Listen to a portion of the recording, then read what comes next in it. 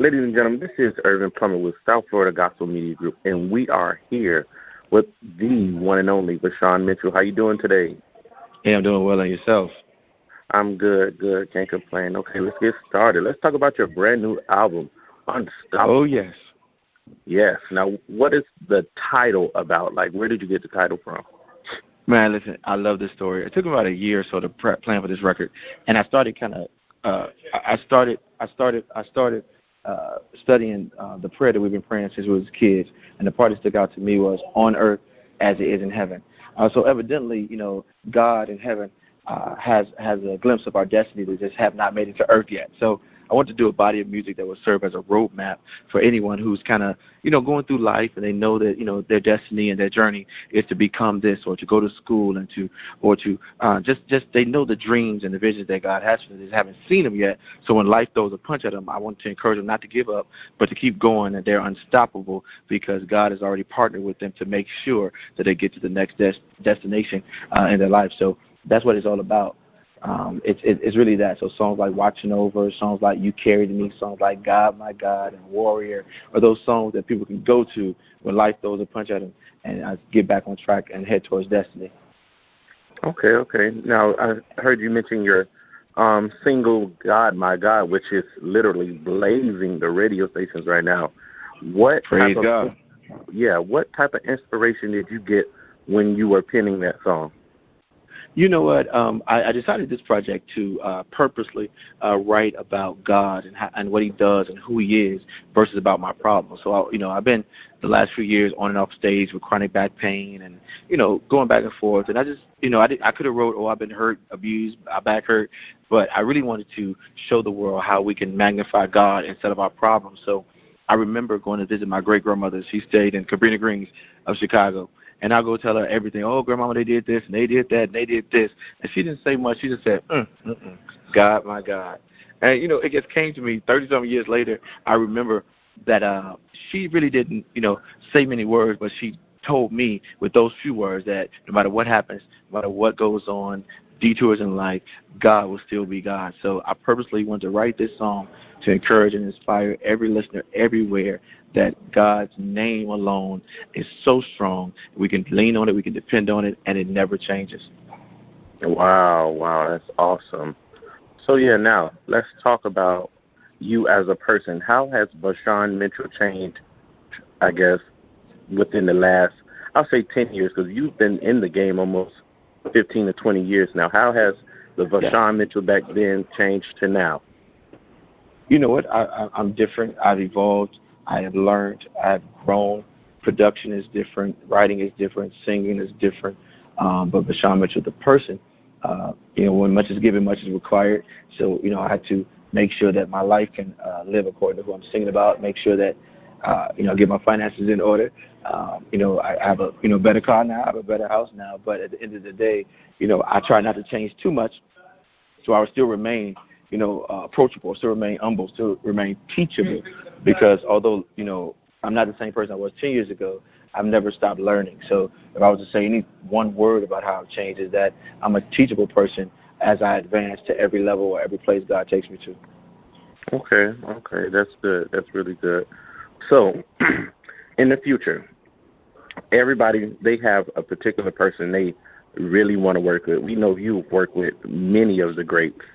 Who do you think you will work with on the secular side and on the gospel side that you have not worked with yet? Wow, I want to work with so many greats. On the secular side, it would be Brandy, and it doesn't have to be singing with her. I would love to write a song or collab on an inspirational song. I just love her voice, and it's so sincere, and I believe that she would be the perfect fit for, one of the inspirational songs that I write. But definitely in gospel, the list goes on and on and on. But there are, I'm a fan of some of Detroit singers. And, I've worked with, some before, but I've never been able to write or record something with Karen Clark or Dorinda Clark. So, I put two of them in there. I know you only gave me one, but either one of them that'll do one of my songs or sing something or do something would be great because, I'm a Clark Sisters fan. Everyone know me. I love the, Witness and all these different singers from Detroit, but the Clark Sisters are like my heart, so I'd love to do something with them. Okay. Now, me being from Florida, we have a lot of different talent coming up.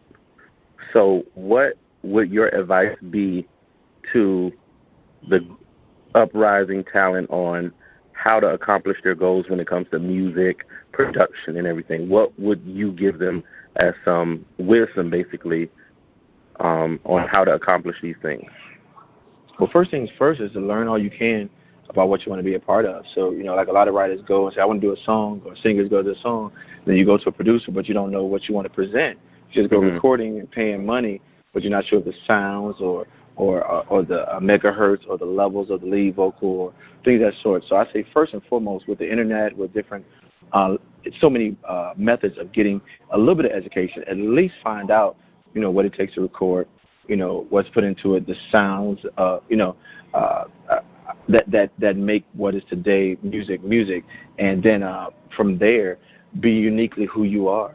A lot of people I see, especially new artists, trying to copy, something else that's out, when really we're in a day right now where music has no rules. Music has no boundaries, especially in inspirational and gospel music, because you can sing it, you can praise and worship it, you can rap it, you can contemporary choir it, you can do whatever you do, because we have such a vast audience. So why try to be somebody else when whatever you do uniquely, just being you, can set the standard and set a new trend for what we're doing in this genre. So I say education and just being uniquely who you are and continuing to serve your local bodies, build your brand, go sing at places people don't sing at. Just continue to get your name out there so that when it's time for you to record or when it's time to put you out, you already have a fan base. Okay. Awesome. Now, coming from a musical background that you have come from, what do you think are the pros and cons of being independent and being signed to a major label? You know what? Right now, man, because the industry is changing so much, I have to answer a little different. I think the pros to everything, independent definitely is owning your own music, but most label deals right now are the same thing. You're doing the music and the labels are partnering with you to put them out. So it's kind of almost like, an indie, or what the labels bring to the table is the distribution that you need to get out into the world. The problem is that people want to do a label before they build the brand. So you go to the label, and then you probably could have sold more CDs as an indie, because when you go with a label, they're trying to put you out to the world who don't know you yet. So in that, I believe it's a twofold journey. That is developing yourself independently so much to where the labels will want you so much. And I used the Tasha Cobb story. I produced her record, but a lot of people didn't know her CD on iTunes was outselling most of the label CDs, so they were looking for her. Her independent CD that she did on her own, that she put out on iTunes, that she sold at her churches, was on iTunes, and the songs she had, like Happy and Smile, and those songs were outselling most of the major labels. They were like, who is this young lady? So I think it's a twofold thing. You go the indie route, build a brand as much as you can, and then you and your team or whoever's working with you know when it's time to take what's indie to the world, to a bigger platform, or they'll come looking for you because you're doing so well. Wow. Okay, so how do you balance your music with other obligations? You know what? It is what we do. It is. I think I've become somewhat of a person who understands, coming apart before I come apart. So I do take my time to rest. I take my time to vacation. I love traveling the world. But when it's time to work, it's time to work. So I understand when I'm in the lane of being an artist and being a singer, being a songwriter, that is my lane. But I also understand when I'm in the lane of being a producer, I'm not trying to get someone else to sing like me or do what I would do. I'm producing their sound. And then as an executive, who partner with labels to put out other artists, I'm not going in there trying to make this artist do what I do or tell them this or that. I'm trying to build who this artist is and take this artist to the world through whatever means that I have. So I think it's about walking in the right lanes at the right time and understanding the lane you're in. And as much as you do that, you can't have too many accidents. Sometimes it gets crazy. You're busy being busy, but if you strategically plan it, my record came out a week ago. I produced Tasha's about a month ago. Hers is going to come out next year, but the holidays are coming up, so my plan is to spend a holiday with my family and mix her record, so that when it get busy for both of us again, it's done. So it takes planning, it takes preparation as well, but it's also kind of having a great team that keeps me on top of everything. Okay. So in the future, do you possibly think you'll probably own your own record label, being that you produce so many different people? I have. I'm in the something in the works right now to start an imprint. Industry is changing. Some of a label imprint that still comes with distribution and things of that sort that can get me endorsed that I'm not actually able to get into at this moment and handle some of the day-to-day activities of running a label. So I will have an imprint. I'm considering signing 2 artists within the next month, which I'll make an announcement once all the contracts are signed. But I more importantly want to be in front of the change of the industry. You know, if everything's going to the internet, everything's going to streaming and YouTube and things of that sort, if people are buying less CDs and downloading more through the methods, whatever, and starting a label is not just to do one and put out music, it's to do one and understand and be in front of the change of the industry so that we can manage it. One thing people talk about is the industry changing, but they don't talk about, you know, God is not changing. And the sacred music that we do is not changing. People are going to always want it. We're going to always sing it. We're going to always do it. Just what we call the industry right now may not look like the same in 2 years. And that's okay. If we're in front of the change, we're able to help manage it. Okay. So how can we keep in contact with you? You know what? Everybody keep in contact with me. It's easy. It's VashawnMitchell.com. And I'm the same on every aspect. It's Facebook, Vashawn Mitchell, Twitter, Vashawn Mitchell, Instagram, Vashawn Mitchell. It's all my name and Vashawn Mitchell everywhere. I want to let people know where I'm at, what I'm doing. Check out my new music, and keep in touch with me.